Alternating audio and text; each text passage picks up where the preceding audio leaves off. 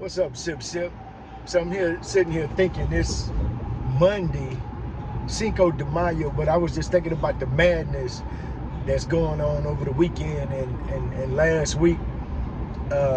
Lynn Price, formerly of Turkey Leg Hut, was arrested allegedly for burning down or having paid guys allegedly to burn down 5015. So when I was thinking about that, it's like, this is crazy. That's crazy. He was allegedly picked up for having something to do with it or having his hand in it. And, you know, when you think about that you paid somebody, you done talked somebody into it and then paid them. Supposedly he was supposed to pay them, according to the news that I watched, Channel 13, ABC here in Houston. Allegedly he was supposed to pay them $1,400 each. The two young men that were involved in the pouring the gasoline that you saw in the video. So apparently he was gonna pay each one of them $1,400 each, which they didn't get the money. I think one guy said he got like $400 or $500, you know. And this is, you know, when you think about it, or when I was thinking about this, it's like, what makes a person so mad and so angry at another person that they want to go and destroy some of their things? You know, what, because apparently these guys, Rogers and Price, were going to be partners, 1/3. There was supposed to be 3 partners at Turkey Leg Hut. And so at one point, they had to have a relationship to be considered or be considering to go into business with one another. So Stephen Rogers must have believed in Lynn at one point, you know, if he was going to invest his money, not just talk, you know, like most people do, just talk with their mouth. But like the Bible say, your heart is far from me, or your money is far from me. But you talk with your mouth. Yeah, a pair of lips to say anything. So apparently Stephen at some point felt like he could trust, or he wanted to go in business with Lynn because he liked his hustle. We ain't trying to knock his hustle. We're not trying to knock nobody down. I'm just trying to understand, what is it in a person that you have so much hatred or so mad at them because apparently you owe that man $1.5 million and only gave him $600,000, you know, when he agreed to step away from it, and you still owed him 900 grand. So you just gonna burn this shit down because you apparently, like you say, was standing on business? That's standing on business? No, standing on business means if I owe you 1.5, I'm gonna give you 600. Then a week or 2 weeks later, I'm gonna give you the rest of your bread. Now, man, fuck that nigga. I'm gonna go burn this shit down. You know, but then when you think about haters, you know, it's a person, you know,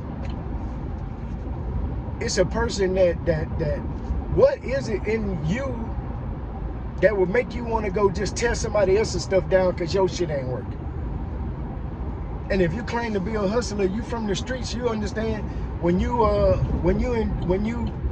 become a street pharmaceutical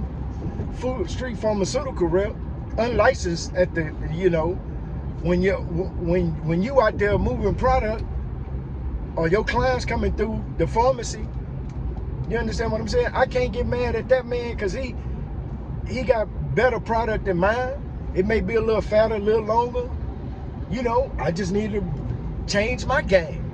Not go knock him off or go call the police, the cops, and put him in that man's business. Now I just need to change the way I'm doing things. But man, we get so bent out of shape and so uptight because we watching another man instead of worrying about ours, and then we quick to say, I'm standing on business. Nah, you standing on bullshit. You standing on bullshit. I remember when I used to go to BB's and I was out every night over at BB's.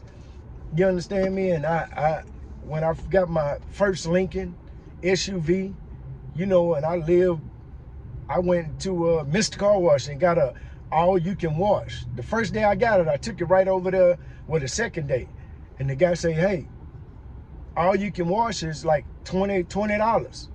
What do you mean all-you-can-wash? Every month, for the month, it's $20. You can come, we're going to wash the outside, put some stuff on your tires.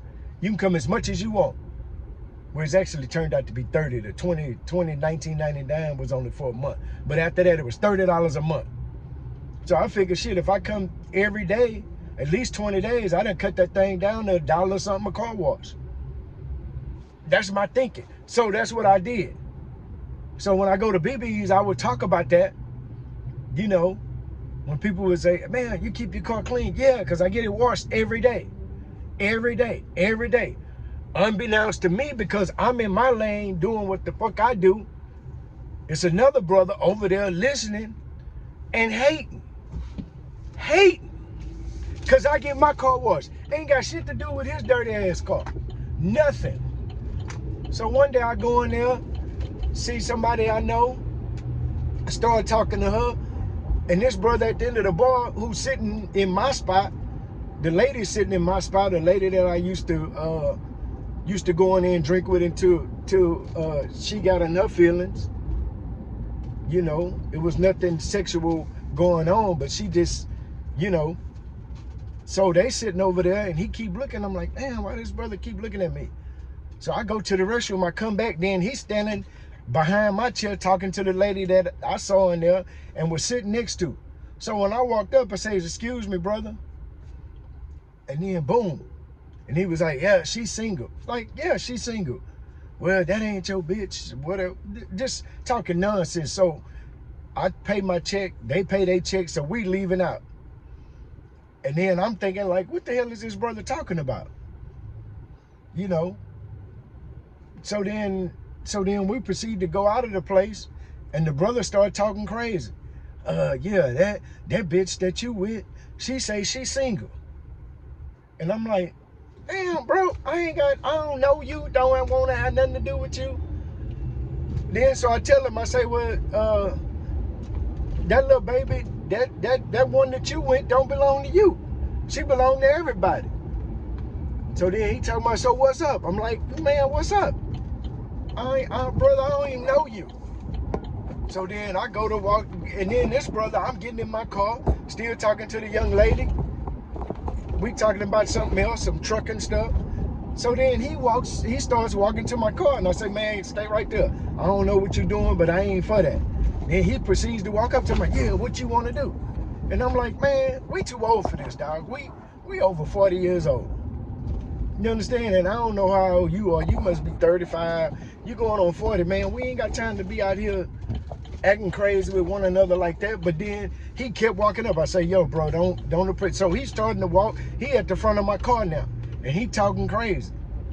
And then so I had to do like Ice Cube on Boys in the Hood and show him, you know, my 45-year-old girlfriend, and say, yo, bro, I don't know what you on, but I'm going home, you know, and if I gotta hurt you in the midst of it, I'm going home. Oh, well, you know, and he wanted to do this and do that. Then the old girl came and got him, and I'm like, man, what's up with this brother? So the next day I go in there and talk to the bartender, Mike, and Mike telling me like, hey, that's such and such, such and such. He be in here most of the time, and he always talking about you too cocky because you say you get your car washed. And I'm like, but that's the truth. He say, well, he don't like it. He don't like you. He say he don't like you. I'm like, I don't care. And why is he telling everybody he don't like me? But my point is that he's so mad and so angry that he's willing to fight me because I'm getting my car washed every day.